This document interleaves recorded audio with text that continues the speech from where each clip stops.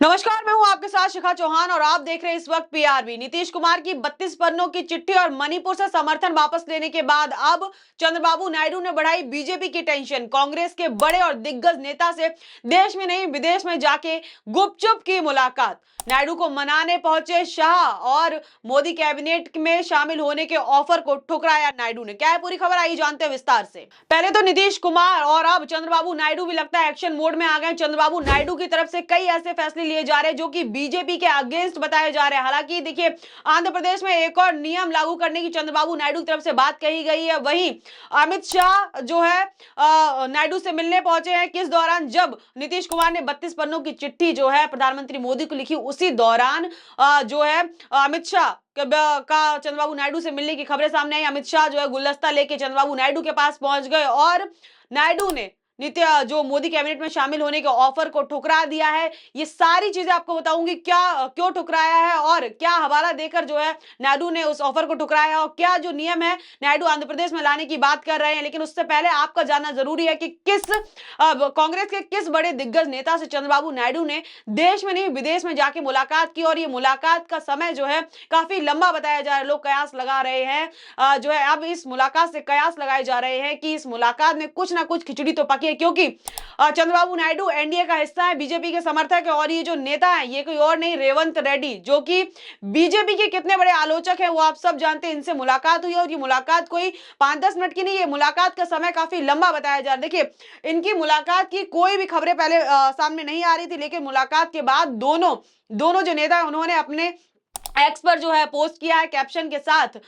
ये जो उन्होंने टाइम स्पेंड किया साथ में, उसको जो तस्वीर है उसको शेयर किया। देखिए क्या लिख रहे हैं चंद्रबाबू नायडू की तरफ से लिखा जाए, 2 states 1 spirit, Telugu community must shine globally, it was a pleasure to meet you honourable CM Revanth Reddy. और उनकी तरफ से भी जो भारी भरकम एक कैप्शन दिया गया और जो है तस्वीरें साझा की गई। इससे पहले इस मीटिंग की आपको बता दें कोई भी खबरें सामने नहीं आ रही थी। जब मीटिंग हो चुकी, जब ये मुलाकात हो चुकी, उसके बाद ये सारी तस्वीर सामने आई है और ये खबर सामने आई है। अब आपको बता दें कि चंद्रबाबू नायडू की तरफ से क्या नियम है आंध्र प्रदेश में लागू करने की बात कही जा रही है, जो कि भाजपा से तालमेल नहीं खाती है। देखिए क्या कुछ कहा जा रहा है। देखिए, कोई व्यक्ति सरपंच, नगर परिषद या महापौर तभी बन सकता है जब उसके 2 से अधिक बच्चे हो, नहीं तो वो उसके योग्य नहीं। अगर आपकी संतान नहीं होगी, 2 से अधिक बच्चे नहीं होंगे, तो आप इसके योग्य नहीं होंगे, जो कि बीजेपी से कहीं भी मेल नहीं खाती दिख रही है। क्योंकि बीजेपी के बड़े बड़े दिग्गज नेताओं की अगर हम बात करें, प्रधानमंत्री की बात करें, उत्तर प्रदेश के सीएम की बात करें, तो उन्होंने शादी तक नहीं की है, बच्चे बहुत दूर की बात है।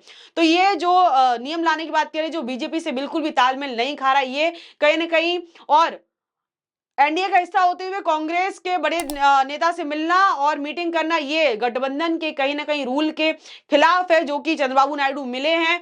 ये सारी चीजें एक एक कर कर नायडू का बागी नेचर जो है, बागी जो नेचर है उसको कहीं ना कहीं दर्शा रहा है। उसके बाद देखिए, जब चंद्रबाबू नायडू को मोदी कैबिनेट में शामिल होने का ऑफर दिया गया तो उन्होंने उसको ठुकरा दिया। क्या कहा, देखिए हेडलाइंस देखिए, एबीपी के हेडलाइंस है, एबीपी न्यूज बड़ा चैनल है, उसके हेडलाइंस देखिए, ऑथेंटिसिटी देखिए, मैं मुख्यमंत्री ही ठीक हूं। ये चंद्रबाबू नायडू की तरफ से कहा गया कि मैं मुख्यमंत्री ही ठीक हूं। मोदी कैबिनेट में जब शामिल होने की अटकलों पर बोले आंध्र प्रदेश के सीएम चंद्रबाबू नायडू।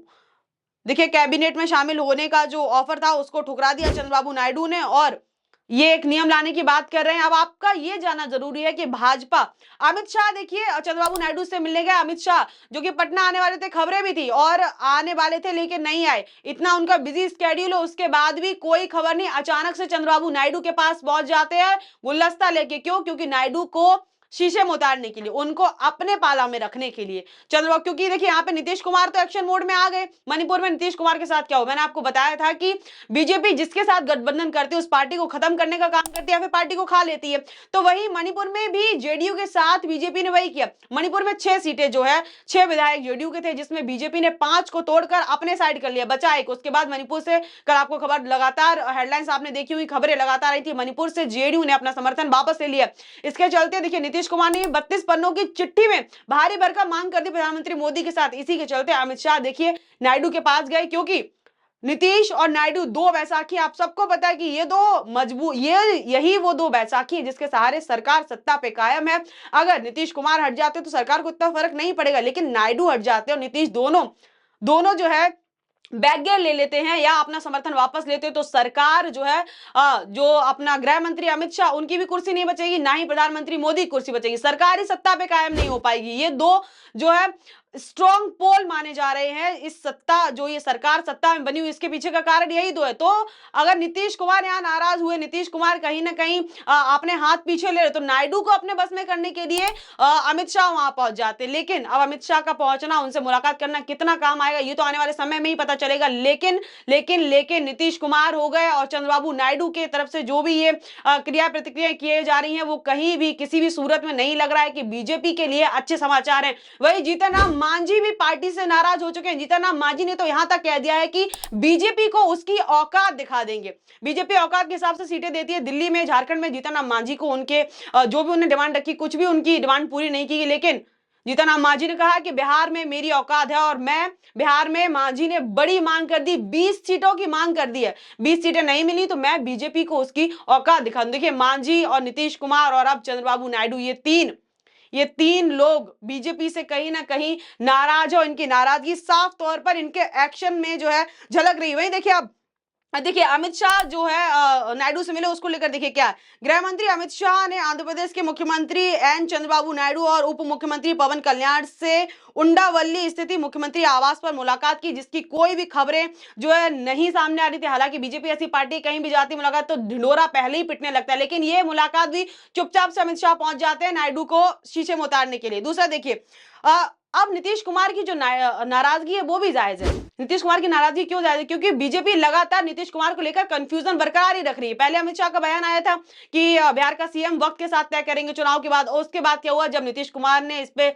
उनकी पार्टी की तरफ से एक्शन लिया गया, भाई पोस्टर वगैरह जारी किए गए कि जब अगर बिहार के मुख्यमंत्री की बात होगी तो नीतीश कुमार की बात होगी, क्योंकि उप मुख्यमंत्री बदलते रहेंगे। नीतीश कुमार कोई पुरानी खिलाड़ी तो है नहीं भाई, नीतीश कुमार पुरानी और मजे खिलाड़ी हुए हैं। तो और उसके बाद जो है पोस्टर भी कई ऐसे सामने आए कि 25 से 30 फिर से नीतीश। तो फिर बीजेपी के सारे नेता एक सुर में आ गए, कहने लगे हाँ भैया नीतीश कुमार ही रहेंगे सीएम। लेकिन अब बीजेपी के किसी भी नेता, चिराग पासवान हो या फिर अमित शाह, कोई भी नेता हो, कोई भी क्लियरिटी नहीं दे रहा है, कोई भी नहीं कह रहा है कि हाँ भाई आने वाले टाइम में बिहार के सीएम जो है नीतीश कुमार ही रहेंगे। और नीतीश कुमार को भी कहीं ना कहीं लगता है कि देखिए जो हाल इन्होंने मणिपुर में किया पार्टी ने, पहले तो उनके विधायक तोड़ दिए, अपने 5 अपने तरफ कर लिए, उसके बाद ये हाल बिहार में भी हो सकता है। और बीजेपी का तो ये पुराना हिस्ट्री रही है कि भाई जिस पार्टी के साथ मिलती है उसको तोड़ कर रख देती है। तो नीतीश कुमार कहीं ना कहीं अपने हाथ पीछे समेटने की कोशिश में लगे हुए हैं। जो उन्होंने 32 पन्नों की जो चिट्ठी लिखी है प्रधानमंत्री मोदी को, उसमें कयास लगाए जा रहे थे। ये कहीं ना कहीं एक एक्शन है बीजेपी से साइड होने के लिए। वहीं देखिए, आज तक का ही चैनल है बिहार तक, देखिए एनडीए में नीतीश के सीएम फेस बनने पर मामला फंस गया है। नीतीश कुमार को लेकर कंफ्यूजन लगातार जारी है। वहीं जब अमित शाह से दोबारा बात की गई, ऑफ रिकॉर्ड ये बात की गई अमित शाह से, उनसे पूछा गया कि बिहार के मुख्यमंत्री को लेकर जब उनसे सवाल पूछा गया तो अमित शाह ने फिर नीतीश कुमार का नाम ना लेते हुए देखिए उन्होंने क्या कहा। अमित शाह ने जवाब में कहा कि कोई असमंजस की स्थिति बनी हुई है, बिहार एनडीए एकजुट है और मजबूती के साथ चुनाव लड़ेगा। रही बात सीएम फेस की, तो हम लोग नीतीश कुमार जी से मिलकर मुख्यमंत्री के बारे में चर्चा करेंगे। देखिए, नीतीश कुमार जी से मिलकर चर्चा करेंगे, नीतीश कुमार का नाम नहीं लिया कि हाँ बिहार के मुख्यमंत्री नीतीश कुमार होंगे, मिलकर उन पर चर्चा करें। देखिए, कंफ्यूजन अभी भी बयानों में है, और कंफ्यूजन बीजेपी, देखिए बीजेपी का जो माइंडसेट है बिल्कुल क्लियर दिख रहा है कि अगर बिहार में बीजेपी पूर्ण बहुमत से आती है तो नीतीश कुमार का पत्ता कटना तय ही है। तो नीतीश कुमार अपना जो है कहीं ना कहीं अपना रास्ता देख लें, क्योंकि अगर नहीं देखते तो राजनीति के पटनायक नीतीश कुमार बन सकते हैं। एकनाथ शिंदे का जो हाल है वो नीतीश कुमार का हाल हो सकता है। तो नीतीश कुमार इसी चक्कर में, और अभी तो नीतीश कुमार के पास दोनों हाथों में लड्डू है। कांग्रेस भी देखिए नीतीश कुमार को कभी भी निशाने पे नहीं ले रही है। और रही बात लालू फैमिली की, तो उनकी तरफ से भी लगातार नीतीश कुमार को जो है ऑफर पे ऑफर आए जा रहे हैं उनके हर एक फैमिली मेंबर की तरफ से। तो अब बीजेपी नीतीश को छोड़कर नायडू के पास चली गई। भाई नायडू को कैसे भी करके अपने साथ रखते हैं। लेकिन अब देखना काफी दिलचस्प होगा आने वाले समय में कि आखिर ये 3 जो बड़े बड़े दिग्गज नेता हैं जो एनडीए के साथ हैं, उनका जो व्यवहार है, उनके जो एक्शंस हैं कहीं ना कहीं बदलते दिख रहे हैं। इसको लेकर देखिए एबीपी न्यूज का आर्टिकल आपको पढ़ के बताती हूँ। नीतीश कुमार को लेकर, बिहार में मुख्यमंत्री नीतीश कुमार के नेतृत्व वाली जेडीयू ने मणिपुर सरकार से अपना समर्थन वापस ले लिया। जैसा कि मैंने आपको बताया था, समर्थन वापस लेने की खबर लगातार कल छाई हुई थी मीडिया में। और देखिए इसको लेकर ये आर्टिकल में है, मणिपुर में सीएम एन वीरेंद्र सिंह के नेतृत्व में बीजेपी की सरकार है। एक रिपोर्ट के अनुसार जेडीयू ने औपचारिक रूप से मणिपुर सरकार से अपना समर्थन वापस लेने का ऐलान कर दिया है। जेडीयू का लोकसभा 2022 से राज्य में भाजपा के साथ गठबंधन था। अब जेडीयू ने सत्तारूढ़ सरकार से अपना समर्थन वापस ले लिया है। ये सारी चीजें कहीं ना कहीं बीजेपी से झटकने का एक ऐलान मान लीजिए, एक बीजेपी से झटकने का एक कहीं थोड़ा जो है कदम मान लीजिए जेडीयू की तरफ से उठाए जा रहे हैं। वहीं इन तीनों को लेकर हेडलाइन का बाजार भी गर्म है। देखिए नीतीश कुमार को लेकर हेडलाइन देखिए, नीतीश कुमार ने चुनावी साल में पीएम मोदी को लिखा 32 पन्नों का पत्र, बड़े खेल की तैयारी में है बिहार के सीएम। वहीं देखिए जीतन राम मांझी को लेकर भी हेडलाइन, दिल्ली झारखंड का फॉर्मूला बिहार में नहीं होगा लागू, जीतन राम मांझी की हुकार, कहा एनडीए को हम दिखाएंगे उसकी औकात। और ऐसे देखिए जो 32 पन्नों का जो पत्र लिखा गया उसमें नीतीश कुमार ने भारी भरकम मांग कर दी है। इससे पहले आपको पता है कि बिहार को स्पेशल पैकेज दिया गया, बिहार की मांगे पहले से ही पूरी की गई। तो अब देखना दिलचस्प होगा कि भाजपा नीतीश कुमार की इन मांगों को पूरा करती है कि नहीं करती। और संभवतः ये तय है, अगर नीतीश कुमार की मांगों को पूरा नहीं किया गया तो नीतीश कुमार जो है अपना रुख बदलेंगे और सत्ता पलटने में नीतीश कुमार बहुत माहिर हैं। और कहा जाता है कि इतिहास अपने आप में दोहराया जाता है और बिहार में इतिहास दोहराने की पूरी जो है संभावनाएं हैं। और अब इन तीनों को लेकर जो नीतीश कुमार, चंद्रबाबू नायडू और जीतन राम मांझी को लेकर खबरों का बाजार एकदम से गर्म हो गया है।